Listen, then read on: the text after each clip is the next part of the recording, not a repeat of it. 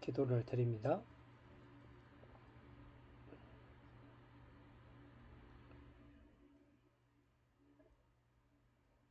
하늘에서 우리를 향하여 사랑을 베풀어 주시는 하나님, 그 증거로 우리에게 말씀을 허락하시고 성령의 도우심으로 깨닫게 하셔서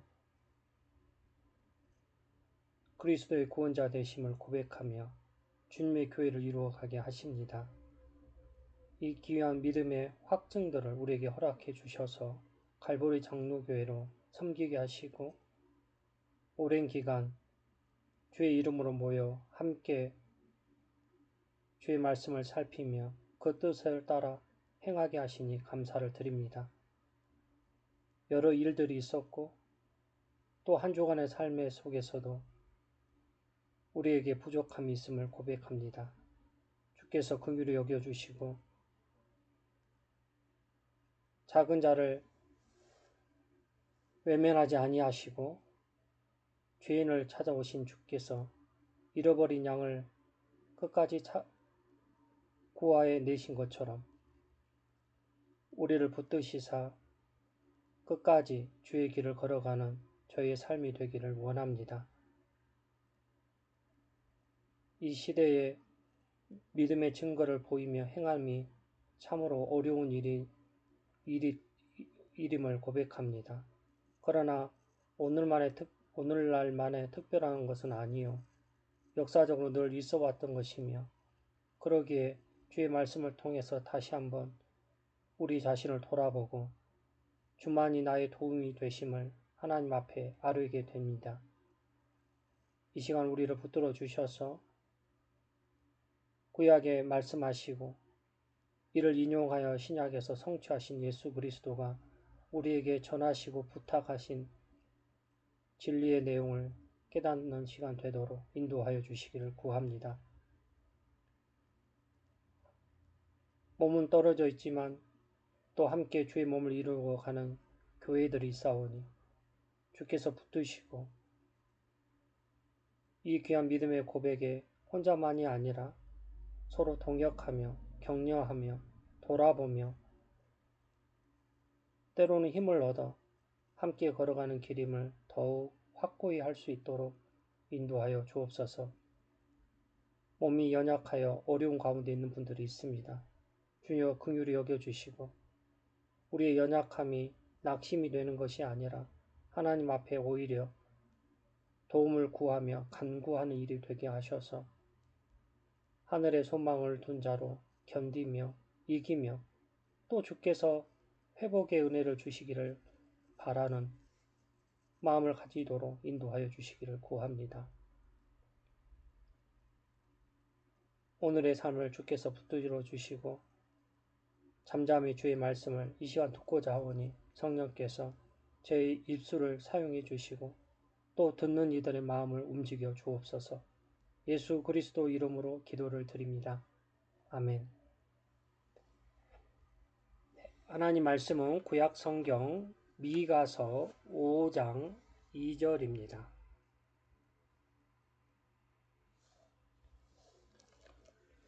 구약 성경 미가서 5장 2절입니다. 1294쪽 되는 것 같습니다. 미가서 5장 2절입니다. 같이 읽습니다.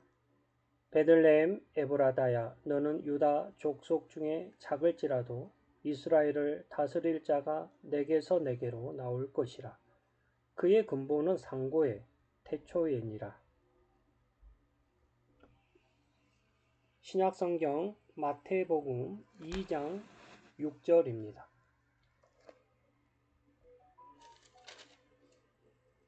마태복음 2장 6절입니다. 같이 읽습니다. 또 유대 땅 베들레헴아 너는 유대 고을 중에 가장 작지 아니하도다. 내게서 한 다스리는 자가 나와서 내 백성 이스라엘의 목자가 되리라 하였음이니라.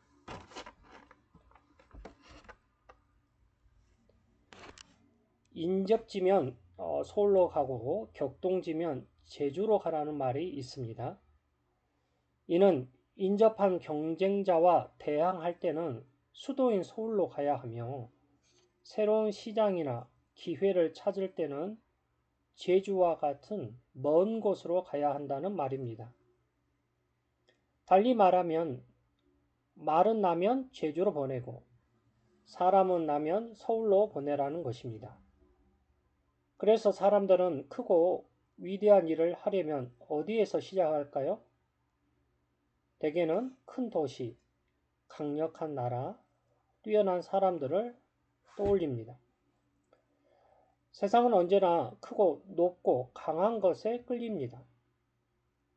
큰 도시, 유명한 사람, 대단한 결과물, 그에 비해 작은 것들은 보잘것없다고 여깁니다. 때로는 우리 스스로도 그렇게 여깁니다. 나는 너무 작고 별 볼 일 없는 사람이야. 하지만 하나님은 그렇게 보시지 않습니다. 하나님께서는 작아 보이는 자리에서 가장 위대한 일을 시작하십니다. 그 증거가 바로 베들레헴입니다. 미가서 5장 2절은 모든 인류의 구원을 위해 하나님께서 시작하신 가장 크고 영원한 일이 세상에서 가장 작고 무시당하던 마을 베들레헴에서 시작될 것이라 말합니다. 이 미가서는 기원전 8세기경 북왕국 이스라엘이 아수르의 위협 아래 있던 시절에 미가 선지자가 예언한 말씀입니다. 당시 유다는 내외적으로 위기에 처해 있었고 다윗 왕조의 붕괴 위기 속에서 백성들은 참된 지도자를 갈망했습니다. 그러나 이 예언은 단순히 정치적 회복만을 말하는 것이 아닙니다. 다윗의 고향인 베들레헴에서 다윗의 위대한 후손, 즉 메시아가 태어날 것을 예고하는 말씀입니다. 놀라운 점은 이 작은 시골 마을에서 이스라엘 전체를 다스릴 자, 곧 하나님의 영원한 계획 속에 구속자가 나올 것이라는 선언인 것입니다. 오늘 우리는 미가서 5장 2절과 이를 인용한 마태복음 2장 6절 말씀을 통해 세상 한복판에서 작게 보였던 마을, 그러나 하나님의 계획이 시작된 그 자리인 베들레헴이 나오는 본문에서 하나님은 어떤 분이신가? 예수님은 어떤 분이신지, 중보자이신 예수님께서 지금 하시는 일은 무엇인지를 살핍니다. 첫째, 하나님은 어떤 분이신가? 우리는 인생을 살면서 내가 너무 작다고 느낄 때가 많습니다. 내 능력, 내 배경, 내가 가진 신앙, 내가 살아온 흔적들, 어디 내세울 만한 것이 별로 없어 보일 때 사람들은 스스로를 향해 이렇게 말합니다. 나는 안 될 거야. 나는 너무 약해. 그런데 성경은 정반대의 이야기를 들려주고 있습니다. 하나님께서 메시아의 탄생지로 택하신 곳이 바로 작고 보잘것없는 베들레헴이었기 때문입니다. 당시 사람들 눈에 베들레헴은 시골 마을이었습니다. 큰 도시도 아니고 군사력도 없고 사람들의 이목을 끌 만한 문화도 없습니다. 그러나 하나님은 바로 그곳을 주목하십니다. 왜일까요? 하나님의 방식은 세상의 방식과 다르기 때문입니다. 사람은 겉을 보고 크기를 따지지만 하나님은 택하시고 그의 뜻을 이룹니다. 먼저 하나님은 가장 작은 자리를 택하는 분입니다. 본문은 베들레헴 에브라다야 너는 유다 족속 중에 작을지라도 이스라엘을 다스릴 자가 내게서 내게로 나올 것이라고 말합니다. 작다는 것은 단지 인구가 적다는 뜻만이 아닙니다. 이 말은 유다의 도시들 중에서도 영향력이 없는 시골입니다. 가문으로 치면 별 볼 일 없고 조직으로 치면 주변부에 불과합니다. 그러나 하나님은 그 작은 마을을 택합니다. 왜 그럴까요? 하나님은 세상의 방식과 정반대로 일하시기 때문입니다. 사람은 힘있고 높아 보이는 것을 따르지만 하나님은 낮고 약한 것을 통해 자신의 크심과 은혜로우심을 드러내십니다. 고린도전서 1장 27절 이하에 하나님께서 세상에 미련한 것들을 택하사 지혜 있는 자들을 부끄럽게 하려 하시고 세상에 약한 것들을 택하사 강한 것들을 부끄럽게 하려 하시며 하나님께서 세상에 천한 것들과 멸시받는 것들과 없는 것들을 택하사 있는 것들을 폐하려 하시나니 이는 아무 육체라도 하나님 앞에서 자랑하지 못하게 하려 하심이라고 말합니다. 작은 베들레헴, 그러나 하나님의 손에 들리면 위대한 시작이 됩니다. 다음으로 하나님은 우리 구원을 위해 보내는 분입니다. 이스라엘을 다스릴 자가 내게로 나올 것이라. 하나님은 단지 사람들의 필요를 채우기 위해 오신 것이 아니라 하나님의 뜻을 이루기 위해 보내시는 것입니다.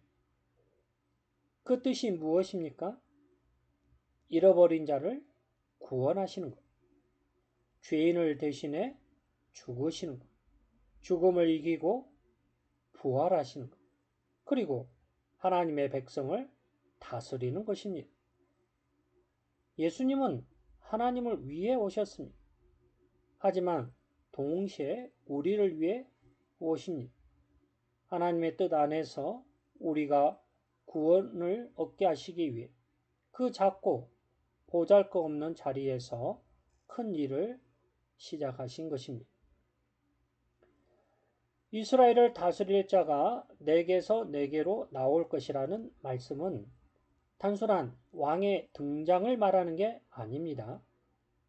그분의 출발은 우리 눈에 보기에는 베들레헴에서의 탄생처럼 작고 평범하게 보였지만 사실 그분은 영원 전부터 계신 분이요. 시간의 시작 이전부터 계신 하나님 자신이십니다. 하나님은 큰 성이나 화려한 궁전에서 그분을 보내신 것이 아닙니다.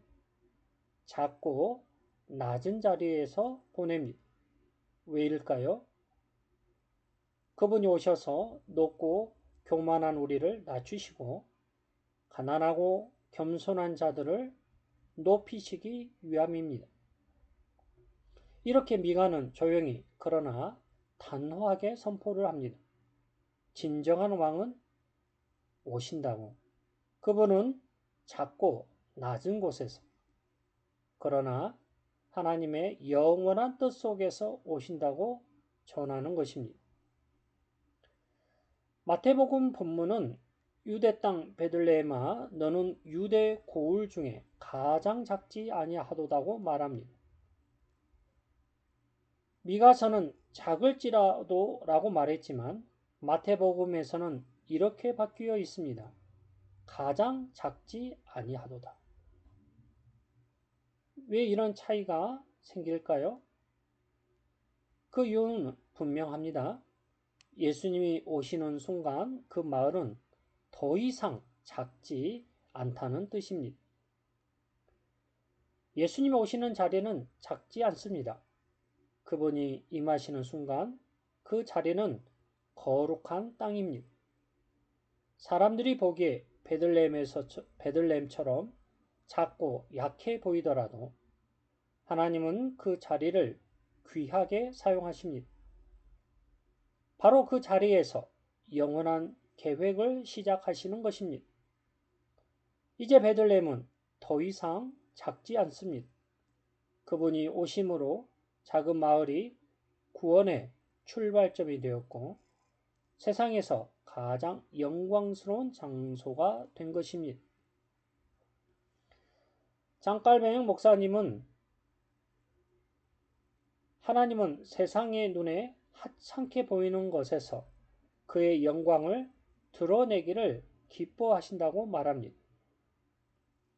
그는 베들레헴이라는 작고 보잘것없는 장소를 통해 메시아가 나올 것이라는 예언에 주목하면서 이것이야말로 하나님의 섭리와 겸손의 신비라고 강조한 것입니다. 하나님의 아들이 오신 그 장소는 세상의 눈에는 작아 보여도 하나님의 계획 안에서는 크고 복된 자리인 것입니다. 우리의 인생이 베들레헴처럼 작고 연약해 보일 수도 있습니다. 그렇지만 하나님께서 그곳에 오시면 그 자리는 결코 작지 않습니다. 둘째, 예수님은 어떤 분이신가? 하나님은 오랜 계획을 이루십니다.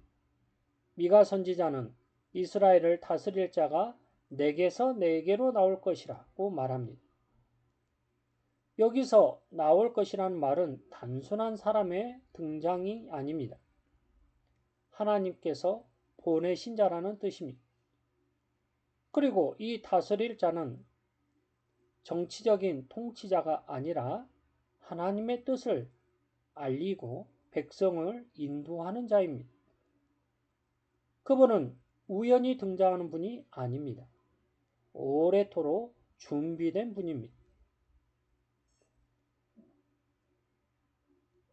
미가서 2장 6절 끝부분에 그의 근본은 상고에 영혼에 있느니라고 말합니다. 이 말은 단순히 조상 대대로 이어온 가문이라는 뜻이 아닙니다. 영원전부터 계신 분, 즉 하나님 자신이 우리 가운데 오신다는 뜻입니다. 이것이 바로 성육신의 신비인 것입니다. 하나님의 아들이 사람이 되어 오신 것입니다. 베들레헴에서 태어나셨지만 그분은 시작이 없으신 분입니다. 작은 말 구유에 누우셨지만 온 우주의 주인이십니다. 또르트 신경의 그리스도 신성을 하나님의 아들 예수 그리스도는 영원부터 성부와 본질이 같으신 참 하나님이시다 말합니다. 이처럼 메시아는 단순히 훌륭한 왕으로 태어난 것이 아닙니다. 그분은 영원전부터 계신 하나님의 아들이며 시간 속으로 들어오신 하나님이십니다. 베들레헴에서 태어나신 예수님에 대해 마태는 이렇게 말합니다. 내게서 한 다스리는 자가 나와서 내 백성 이스라엘의 목자가 되리라 하였음이니이다. 이 문장에는 두 가지 중요한 말이 있습니다. 하나는 다스리는 자요. 다른 하나는 목자입니다. 먼저 예수님은 다스리는 자로 곧 왕입니다. 이 세상을 통치하시는 분입니다. 그분은 단순한 교사나 모범이 아닙니다. 하나님의 뜻을 이루기 위해 오신 참된 왕입니다. 왕이란 백성을 다스리는 자입니다. 그분은 교회를 다스리고 우리의 삶을 이끕니다. 그 통치는 무섭고 억압적인 방식이 결코 아닙니다. 왜냐하면 예수님은 동시에 목자이시기 때문입니다. 목자는 어떤 자입니까? 양을 돌보는 자입니다. 양이 배고프면 먹이고, 양이 길을 잃으면 찾아 나서고, 양이 다치면 치료해 주는 자입니다. 그리고 위급할 때는 자기 목숨을 내어주기까지 하는 자입니다. 예수님은 다스리는 왕으로 오셨습니다. 그러나 그분의 다스림은 단지 명령하고 지배하는 왕의 방식이 아닙니다. 그분은 양떼를 돌보는 목자의 심정으로 다스리십니다. 예수님은 바로 그런 왕 대신 목자 대신 왕입니다. 그분은 높은 보좌에서 군림하시기보다는 낮은 들판에서 양과 함께 머물며 우리를 아십니다. 그리고 우리에게 말씀을 하십니다. 요한복음 10장 14절이야 나는 선한 목자라. 내가 내 양을 알고 양도 나를 아는 것이 아버지께서 나를 아시고 내가 아버지를 아는 것 같으니 나는 양을 위하여 목숨을 버리노라. 그러니 그분의 다스림은 무겁지 않습니다. 그분의 인도는 두렵지도 않습니다. 우리는 그분 안에서 참된 자유와 안식을 누릴 수 있습니다. 웨스트민스터 소교리 문답은 그리스도는 왕으로서 우리를 다스리시고 보호하심, 우리의 모든 원수를 이기신다 말합니다. 그분은 하늘 높은 곳에서만 명령하시는 분이 아닙니다.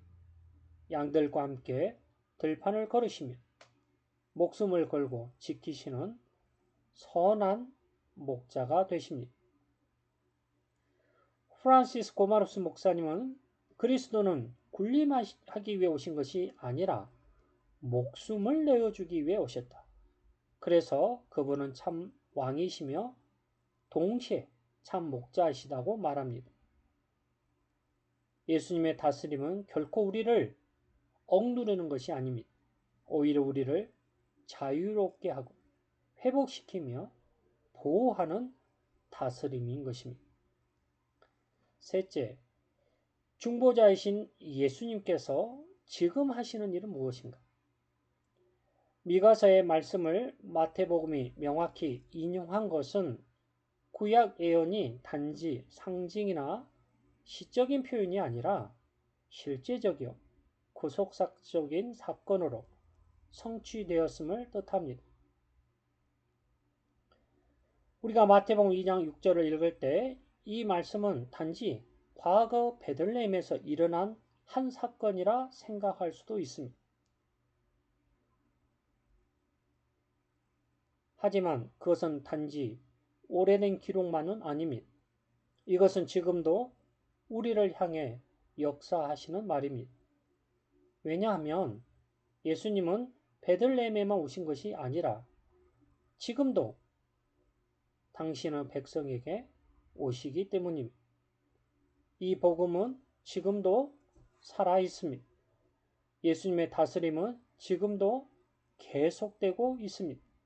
그분은 지금도 교회를 다스리시고 성령을 통해 우리 각자의 삶을 다스리는 분이십니다. 하이델베르크 교리 문답은 예수님을 선지자, 제사장, 왕으로 고백합니다. 그분은 우리의 죄를 대신 지시고 우리에게 진리를 가르치며 우리를 다스리고 보호하십니다. 그 시작이 바로 베들레헴인 것입니다. 그리고 이 통치는 말씀과 성례를 통해 주일 예배와 기도 속에서 말씀에 순종하는 성도의 삶 속에서 지금도 이루어지는 것입니다. 웨스트민스터 정치 조례에도 그리스도의 다스림이 교회의 질서와 치리 안에서 구현되어야 함을 강조하고 있습니다. 즉 예수님의 통치는 현실 속에 신앙의 공동체 안에서 구체적으로 작동하는 살아있는 다스림인 것입니다. 우리가 매주일 예배를 드리고 말씀을 듣고 기도하고 성찬에 참여하는 모든 순간은 왕 대신 예수님께서 교회를 다스리시는 사건입니다. 그리고 우리가 그분의 다스림 안에 살기 시작할 때 우리의 가정이, 우리의 공동체가 작은 베들레헴처럼 구속의 통로가 되는 것입니다. 하나님의 나라는 그렇게 확장되어 갈 것입니다. 하늘에서 천사가 외치는 것이 아니라 우리와 같은 작은 사람들의 삶을 통해 이루어지는 것입니다. 오늘 우리는 다시금 복음의 놀라운 말씀을 듣습니다. 작을지라도 하나님은 사용하십니다. 그리스도는 왕이시며 목자이십니다. 그분의 다스림은 지금도 우리의 삶 속에 역사하고 있습니다. 우리의 삶이 작고 보잘것없어 보여도 괜찮습니다.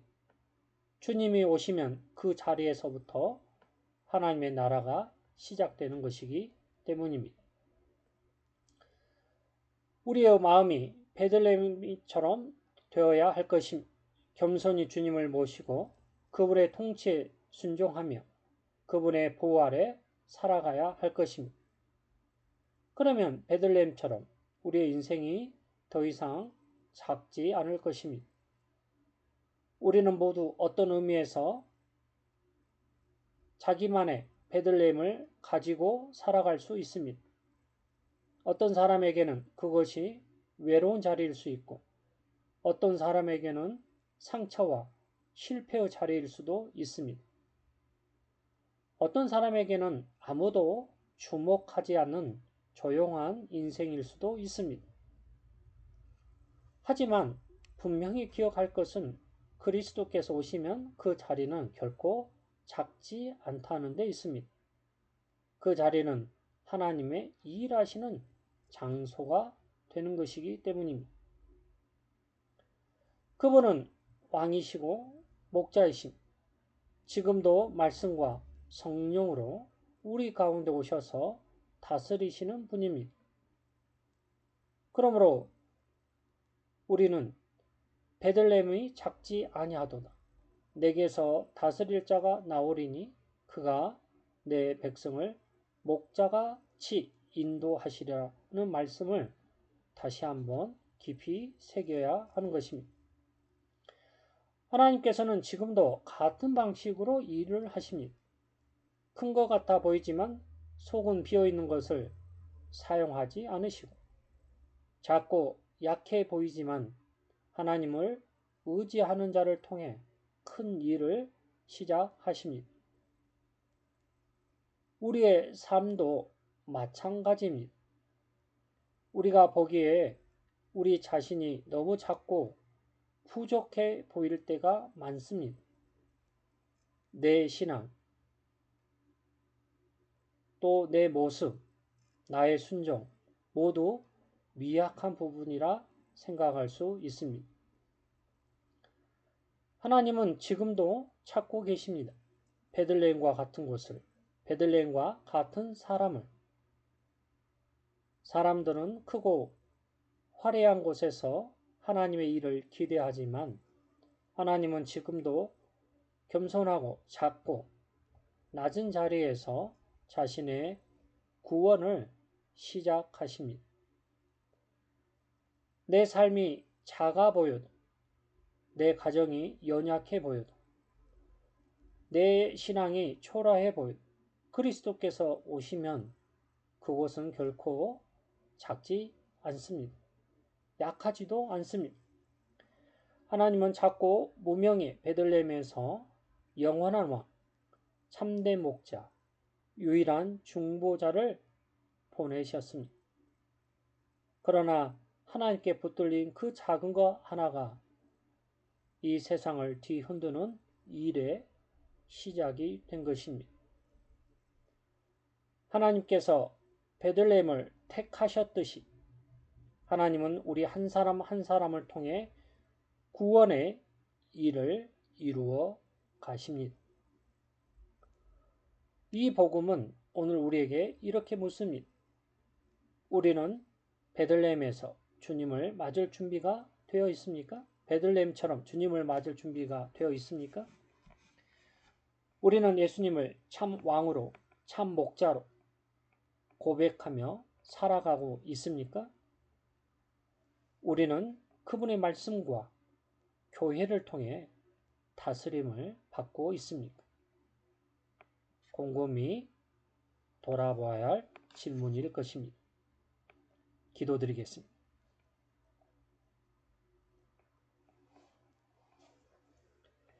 영원하신 하나님께서 하늘의 뜻을 이루시고 땅에서도 이루시려고 아들이신 예수님을 세상에 보냅니다. 예수님은 우리의 죄를 사하시는 대제사장으로 진리를 선포하시는 선지자로 우리 삶을 다스리시는 왕으로 이 땅에 오셨습니다. 이로써 그리스도는 기름 부음을 받으신 자로서 우리의 참 선지자, 대제사장, 왕이 되십니다. 구약의 예언을 성취하신 예수 그리스도는 죄인인 우리를 구원하사 우리를 다스리는 왕이시며 우리를 사랑하시는 참 목자가 되십니다. 작은 베들레헴에서 시작된 구원의 역사처럼 저희의 작고 연약한 마음에도 오셔서 우리를 다스려 주시기를 원합니다. 말씀을 통해 저희를 인도하시고 주의 교회를 통해 저희를 보호하옵소서. 그리스도의 다스림 안에 기쁨과 평안으로 살게 하시고 그 다스림을 세상 가운데 드러내는 자가 되게 하옵소서. 작은 베들레헴을 택하셔서 큰 구원을 시작하신 것처럼 우리의 작은 믿음, 작은 헌신, 작은 순종을 통해 하나님의 뜻을 이루어 주옵소서.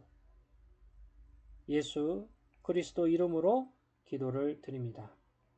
아멘. 네, 마칩니다.